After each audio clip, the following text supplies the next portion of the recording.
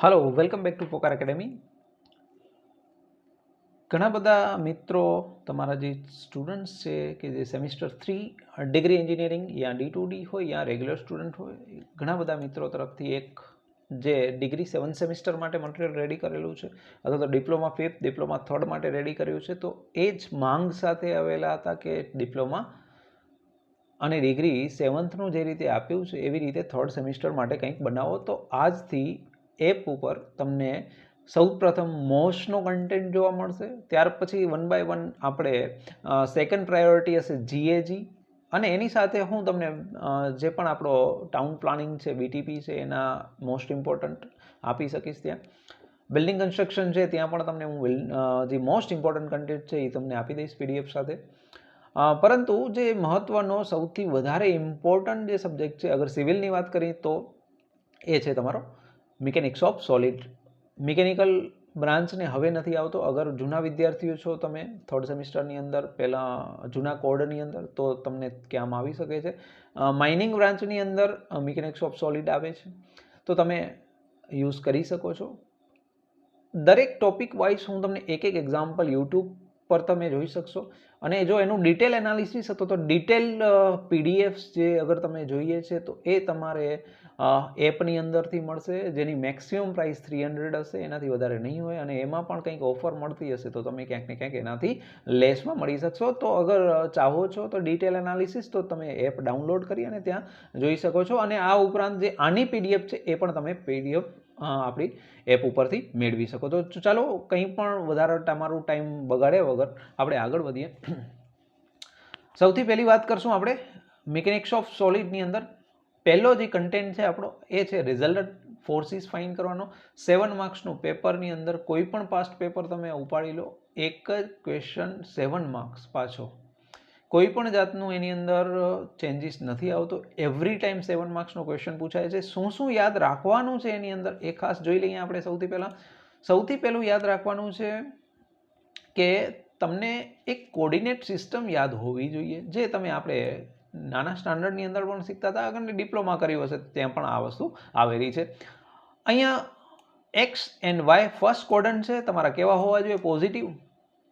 અગર હું લેફ્ટ સાઈડમાં જાઉં છું અહીંયા, તો તમારો X કેવો છે? લેફ્ટ સાઈડમાં માઇનસ છે, Y તમારો પોઝિટિવ છે। એવી જ રીતે અહીંયા થર્ડની અંદર અગર વાત કરું તો both are negative.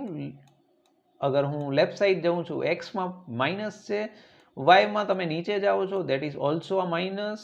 Here X is positive and Y is negative.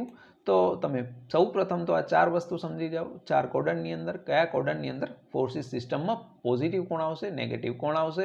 ફરીથી એક વખત આ જે તમારી વર્ટિકલ એક્સિસ છે એની રાઈટ સાઈડ બધા એક્સ કેવા થઈ જાય? પોઝિટિવ। આ બાજુ એક્સ તમારા કેવા થઈ જાય? નેગેટિવ। એવી જ રીતે હોરિઝોન્ટલ એક્સિસની ઉપરની તરફ જ્યારે પણ ફોર્સ આવશે તો એ પોઝિટિવ, નીચેની તરફ આવશે તો વર્ટિકલની અંદર નેગેટિવ બની જશે। આટલી વસ્તુ યાદ રહી શકતી હોય તો આગળ વધીએ। નેક્સ્ટ વાત કરીએ તો કોઈ પણ ફોર્સિસ છે, અગર ફોર એક્ઝામ્પલ આ રીતે ફોર્સ કોઈ ઇન્ક્લાઇન પ્લેનની અંદર લાગે છે તો હંમેશા એના બે કોર્ડિનેટ બનશે, એક તમારો એક્સ એક્સિસ અને બીજો બનશે વાય એક્સિસ। તો એક્સ એક્સિસ અને વાય એક્સિસના જે કમ્પોનન્ટ છે એ દર વખતે વિદ્યાર્થીઓ ભૂલ કરે છે। કઈ ભૂલ કરે છે? ખાસ આટલું યાદ રાખી લેજો, જેની સાથે જે પ્લેનની સાથે એંગલ બનાવે છે એ હંમેશા કેવો બને છે? કોસ કમ્પોનન્ટ બને છે। ઘણા બધા ડિપ્લોમા પછી ડિગ્રીમાં આવ્યા હશે એટલે એટલું જ યાદ હશે, થીટા આવે એટલે એ કોસ થીટા બને, પણ આડો આવે એ કોસ થીટા, ઊભો આવે એ કોસ થીટા, એવું કંઈ આવતું નથી। જે પણ પ્લેનની અંદર જે પણ પ્લેન સાથે એંગલ બનાવે છે એ તમારો કોસ કમ્પોનન્ટ બનશે, અને બાકીનો જે બધો એ તમારો શું બની જશે? Sign component. ફોર એક્ઝામ્પલ આ એક કેસ છે। સેકન્ડ કેસની અંદર વાત કરું, અગર વર્ટિકલ સાથે થીટા આપ્યો છે તો વર્ટિકલ કમ્પોનન્ટ તમારો કેવો બની જશે? એફ કોસ થીટા, અને હોરિઝોન્ટલ તમારો એ કન્ડિશનની અંદર કેવો બની જશે? F sine theta. સો કોઈ પણ યાદ નથી રાખવાનું, વર્ટિકલ કોસ કે તમારો હોરિઝોન્ટલ કોસ એક જ વસ્તુ। જેની સાથે એંગલ આપ્યો છે એ તમારો કોસ, અને જેની સાથે એંગલ નથી આપ્યો એ તમારો સાઇન કમ્પોનન્ટ। તો આટલી વસ્તુ સમજમાં આવી ગઈ હશે તો આગળ વધીએ। તો હવે વાત કરીએ રિઝલ્ટન્ટ ફોર્સિસ ઘણા બધા અગર એક્ટ થતા હોય છે તો આપણે પહેલું ટાર્ગેટ એ જોઈએ છે, કારણ કે એક જ આપણી પાસે પેરેલોગ્રામ થિયરમ છે જેની અંદરથી આપણે વાત કરતા હોય છે. પેરેલોગ્રામ થિયરમ શું છે? તો પહેલી વાત એની કરી દઈ કે કોઈ પણ રિઝલ્ટન્ટ અગર બે ફોર્સિસ છે તો કોઈ પણ રિઝલ્ટન્ટ તમારો ફોર્સિસ કેવો બનશે? P square plus Q square plus 2pq cos theta આવું બને છે. ઇનિશિયલી કોસ કન્ડિશન તમારી કંઈક આવી હતી. હવે જ્યારે પી અને ક્યુ બે ફોર્સ હોય તો જ તમે આ ઇક્વેશનને યુટિલાઇઝ કરી શકો છો. અગર નથી બે ફોર્સ, વધારે ફોર્સ છે, એટલે આપણે પહેલાં શું કર્યું? દરેક ફોર્સનો યા તો એક્સ કમ્પોનન્ટ ફાઇન્ડ કર્યો ને યા તો વાય કમ્પોનન્ટ ફાઇન્ડ કર્યો. હવે એક્સ અને વાય બે જ ફોર્સિસ બન્યા, યા તો એક્સ બન્યો ને યા તો વાય બન્યો. હવે તો નેક્સ્ટ શું છે? તો કે આપણી પાસે બે ફોર્સ છે અને એક્સ અને વાય વચ્ચે એંગલ કેટલો? તો કે 90 હોય સાહેબ. 90 છે તો કોસ 90 ઓલવેઝ શું બને? 0 બને. સો આ જે ટર્મ છે પાછળનો પી ક્યુ કોસ થીટા વાળો એ ટર્મ નીકળી ગયો. બસ કયું રિઝલ્ટન્ટ બચ્યું? પી સ્ક્વેર પ્લસ ક્યુ સ્ક્વેર. તો પી સ્ક્વેર શું છે તમારો? એફ એક્સ સ્ક્વેર અને ક્યુ સ્ક્વેર શું છે?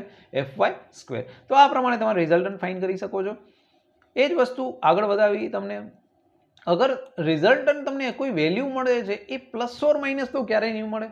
તો પ્લસ ઓર માઇનસ ખબર કઈ રીતે પડશે કે મારો જે રિઝલ્ટન્ટ આવ્યો છે કયા કોડનની અંદર આવે છે? તો એના માટે એક જ કન્ડિશન તમારે વિચારવાની છે. એ વિચારવાની કન્ડિશન તમારી કઈ હોવી જોઈએ? તો એ એક જ, અગર તમારો sigma FX, value of your sigma FX, હું એક્ઝામ્પલ સાથે વાત કરું છું નેક્સ્ટ, પરંતુ પહેલાં એની આ જાણકારી તમારી પાસે હોવી જ જોઈએ. તો અગર હું વાત કરું કે મારી પાસે સિગ્મા એફએક્સ પોઝિટિવ છે, અગર વેલ્યુ પોઝિટિવ આવે છે, ફોર એક્ઝામ્પલ પોઝિટિવ 100 આવી, તો એ 100% આ જે વાય એક્સિસ છે એની રાઈટ સાઈડ હોવો જોઈએ, યા તો કોડન 1 હોવો જોઈએ યા તો કોડન 2 હોવો જોઈએ. અગર નેગેટિવ આવે છે દેટ મીન્સ યા તો કોડન 3 હોવો જોઈએ યા તો કોડન 4 હોવો જોઈએ, કારણ કે લેફ્ટ સાઈડ તો જ બની શકે છે. એવી જ રીતે એફવાયની અંદર વાત કરું, પોઝિટિવ હશે તો એ હોરિઝોન્ટલ એક્સિસની ઉપરની બાજુ તમારો કેવો હોઈ શકે છે? એ હોવો જોઈએ પોઝિટિવ હશે તો. અને જો નેગેટિવ હશે તો ક્યાંક ને ક્યાંક સેકન્ડ ઓર થર્ડ ક્વોડ્રન્ટની અંદર હોવો જોઈએ. તો આ પ્રમાણે તમારે ડિફાઇન કરવાના હશે કે જે ફાઇનલ રિઝલ્ટન્ટ હોય છે એ કયા ક્વોડ્રન્ટની અંદર હોય છે. કે આઈપીએલની અંદર એક એડ આવતી હતી વિવો વીઆઈપી બોક્સ. એવી જ રીતે અહીંયા લાસ્ટ અગર તમે આન્સર લખો છો તો એ વિવો વીઆઈપી બોક્સ તમારું અહીંયા પણ રેડી હોવું જોઈએ કે લાસ્ટ જે આન્સર લખો છો ત્યારે તમારે એક બોક્સ બનાવી અને એની અંદર તમારું રિઝલ્ટન્ટ કઈ બાજુ આવે છે, ફર્સ્ટ ક્વોડ્રન્ટમાં આવે છે, સેકન્ડમાં આવે છે, થર્ડમાં આવે છે, ફોર્થમાં આવે છે, ખાસ બતાવવાનું હોય છે. એક્ઝામિનરની પહેલી નજર ત્યાં પડે છે. ઘણા વર્ષોથી અનુભવ છે, ઘણા વર્ષથી પેપર ચેક કરતા હોય છે, એટલે ખબર છે કઈ રીતે પેપર ચેકિંગ થાય છે. એટલા માટે ખાસ તમને કહું છું, જે લોકો આ કરીને આવશે એને અંદર કદાચ બાય મિસ્ટેકથી કંઈ મિસ્ટેક થઈ ગઈ હશે તો પણ કોઈ ચેક કરવાનું નથી, અગર તમે આ સાચું કરેક્ટ હશે તો. ચલો આગળ વધીએ, એક્ઝામ્પલ સાથે વાત કરીએ. તો એક્ઝામ્પલ નંબર 1 ફોર એક્ઝામ્પલ પૂછ્યું એટલું જ હશે, find the resultant for the given forces system. આના સિવાય કંઈ ડેટાની અંદર બીજું તમને જોવા નહીં મળે. તો સૌથી પહેલું કામ કરવાનું છે, જે ડેટા આપ્યો છે એમાં નંબરિંગ કરવાનું. જેમ કે અહીંયા તમે જોઈ શકશો મેં નંબરિંગ આપ્યા છે. નંબર 1 તરીકે 30 કિલોન્યુટન, નંબર 2 તરીકે જે 60 કિલોન્યુટન છે, નંબર 3 તરીકે 50 કિલોન્યુટન છે, નંબર 4 તરીકે 70 કિલોન્યુટન છે. કોઈ પણ ફોર્સિસ રિમેઇન ન રહેવો જોઈએ, કોઈ બાકી ન રહી જવો જોઈએ, ખાસ જોઈ લેવાનું. 30 degree, 25 degree, 75 degree and 45 respectively તમને એંગલ આપ્યા છે. તો ચલો હવે એને કઈ રીતે આઈડેન્ટિફાઈ કરવાનું અથવા તો કઈ રીતે એને રિઝલ્ટની અંદર એક ટેબલની અંદર તમે પ્રેઝન્ટ કરી શકો છો. એક કદાચ 4 થી 5 મિનિટ લાગશે એક્ઝામ્પલ ગણતે, તમને 7 માર્ક્સ મળે છે.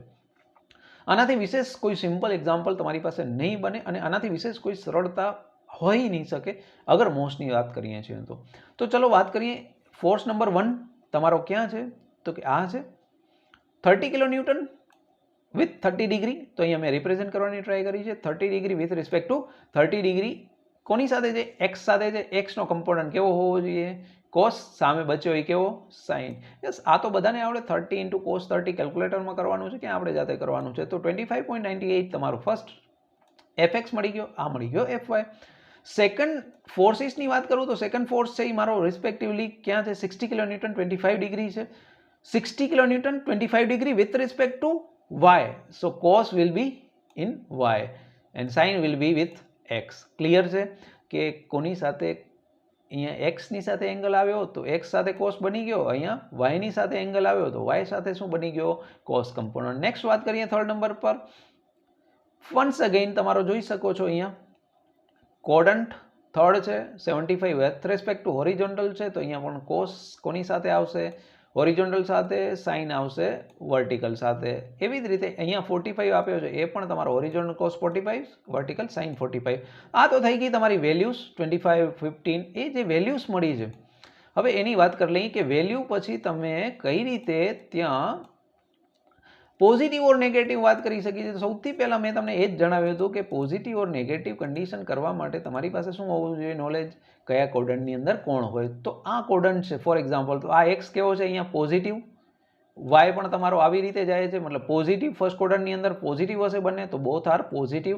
સેકન્ડ કેસની વાત કરીએ તો તમે જોઈ શકશો એક્સ એક્સિસ કેવી બનશે? Negative. So X is negative, Y X positive.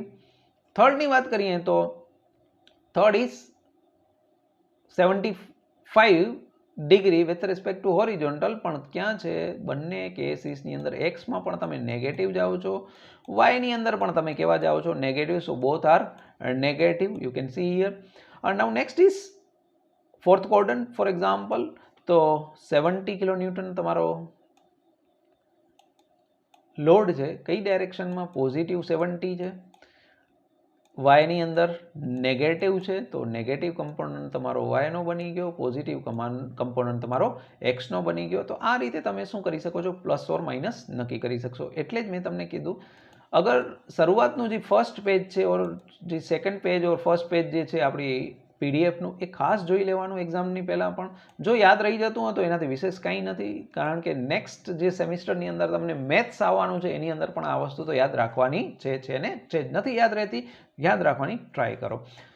હવે બસ કંઈ નથી કરવાનું, બધાનો ટોટલ મારી દેવાનો છે. આ છે તમારો 25.98 માઇનસ છે, ખાસ ધ્યાન રાખીને એને પ્લસ ઓર માઇનસ જોવાનું. 25, આ -25, આ -12 અને આ +49. તો એ બધાનો નિશાની સાથે તમે એડિશન કરશો એટલે તમને શું મળશે? 37.18. એવી જ રીતે આ મળશે તમને -28.41. યાદ રાખજો, નિશાની ખાસ છે, એના વગર બધું નકામું છે. હવે રિઝલ્ટન્ટની વાત કરું. જ્યારે હું વાત કરતો હોઈશ sigma FX resultant, sigma FY resultant માટે, ત્યારે માઇનસ પ્લસનો કોઈ કામ નહીં રહે. કેમ નહીં રહે? કારણ એક જ, કારણ કે સ્ક્વેર કરવાનો છે. તમે નેગેટિવનો સ્ક્વેર પણ પોઝિટિવ જ આવવાનો છે, બસ સ્ક્વેર કરી દો અને એનું સ્ક્વેર રૂટ કાઢવાનું ભૂલતા નહીં. અને કોઈ કારણોસર તમારો જવાબ એવું લાગે ક્યારેક, લેટ સપોઝ એક્ઝામની અંદર શું થતું હોય છે, શું અમને જોવા મળતું હોય છે? નંબર 1 37.18નો સ્ક્વેર કર્યો હોય છે, 28.41નો સ્ક્વેર કર્યો હોય છે, પછી સ્ક્વેર રૂટ કાઢવાનું ભૂલી જતા હોય છે. આ નંબર 1 ભૂલ. સેકન્ડ નંબરની ભૂલ, અહીંયા પોઝિટિવના બદલે તમે નેગેટિવ લખી નાખો છો. તો આ બે ભૂલ નહીં થાય તો લગભગ ત્રીજી કોઈ ભૂલ બનશે નહીં. તો આ હતો રિઝલ્ટન્ટ ફોર્સ. હવે એક ચલો, રિઝલ્ટન્ટ તો છે, પણ કઈ દિશામાં છે એ બહુ મહત્વનો છે. સૌથી પહેલાં સિગ્મા એફવાય બાય એફએક્સ કરવાનું, કોઈ પણ નિશાનીને ધ્યાનમાં રાખ્યા વગર. અગર નિશાનીને ધ્યાનમાં નથી રાખતા તો કોઈ પ્રોબ્લેમ નથી, 0.76 મળી જશે. નિશાનીને અત્યારે કોઈ પણ માન આપવાનું નથી જ્યારે પણ તમે થીટા ફાઇન કરો છો ત્યારે. હું વાત કરું છું જ્યારે એની રિઝલ્ટન્ટ વિવો વીઆઈપી બોક્સ બનાવું છું ત્યારે હું તમને કહું છું. પરંતુ પહેલી વસ્તુ 0.76 સમજાય, 28.41 સિગ્મા એફવાય બાય એફએક્સ, આટલી વસ્તુ કરવાની છે. એનો થીટા ફાઇન કરવા માટે tan ઇન્વર્સ કરી શકશો 0.76નો. જે આન્સર મળશે એ 37.23 મળશે. હવે હું જે લાસ્ટ મેઇન ફાઇનલ આન્સર હોવો જોઈએ એ તમારો વિવો વીઆઈપી બોક્સ છે. તો ચલો એને આપણે કઈ રીતે રિપ્રેઝન્ટ કરી શકીએ છીએ? સિગ્મા એફવાય કેવો છે? નેગેટિવ છે. ધેટ મીન્સ કે ક્યાંક ને ક્યાંક યા તો અહીંયા ને યા તો અહીંયા હોવી જોઈએ વેલ્યુ. સિગ્મા એફએક્સ પોઝિટિવ છે, ધેટ મીન્સ અહીંયા હોવો જોઈએ, યા તમારો અહીંયા હોવો જોઈએ. એનો મતલબ કે આ જે રિઝલ્ટન્ટ છે એ ક્યાં હોવો જોઈએ? અહીંયા જ હોવો જોઈએ, કારણ કે એવું કોડન્ટ કયું છે કે જેમાં એક્સ પોઝિટિવ હોય અને વાય નેગેટિવ હોય. આ જ કોડન્ટ છે. અહીંયા તમારે રિઝલ્ટન્ટ બતાવવાનો છે. આ જે એંગલ બને છે, આ this is your nothing but 37.23 degree. તો આઈ હોપ કે તમને બધાને એ સમજમાં આવી ગયું હશે અને બહુ સિમ્પલ એક્ઝામ્પલ છે.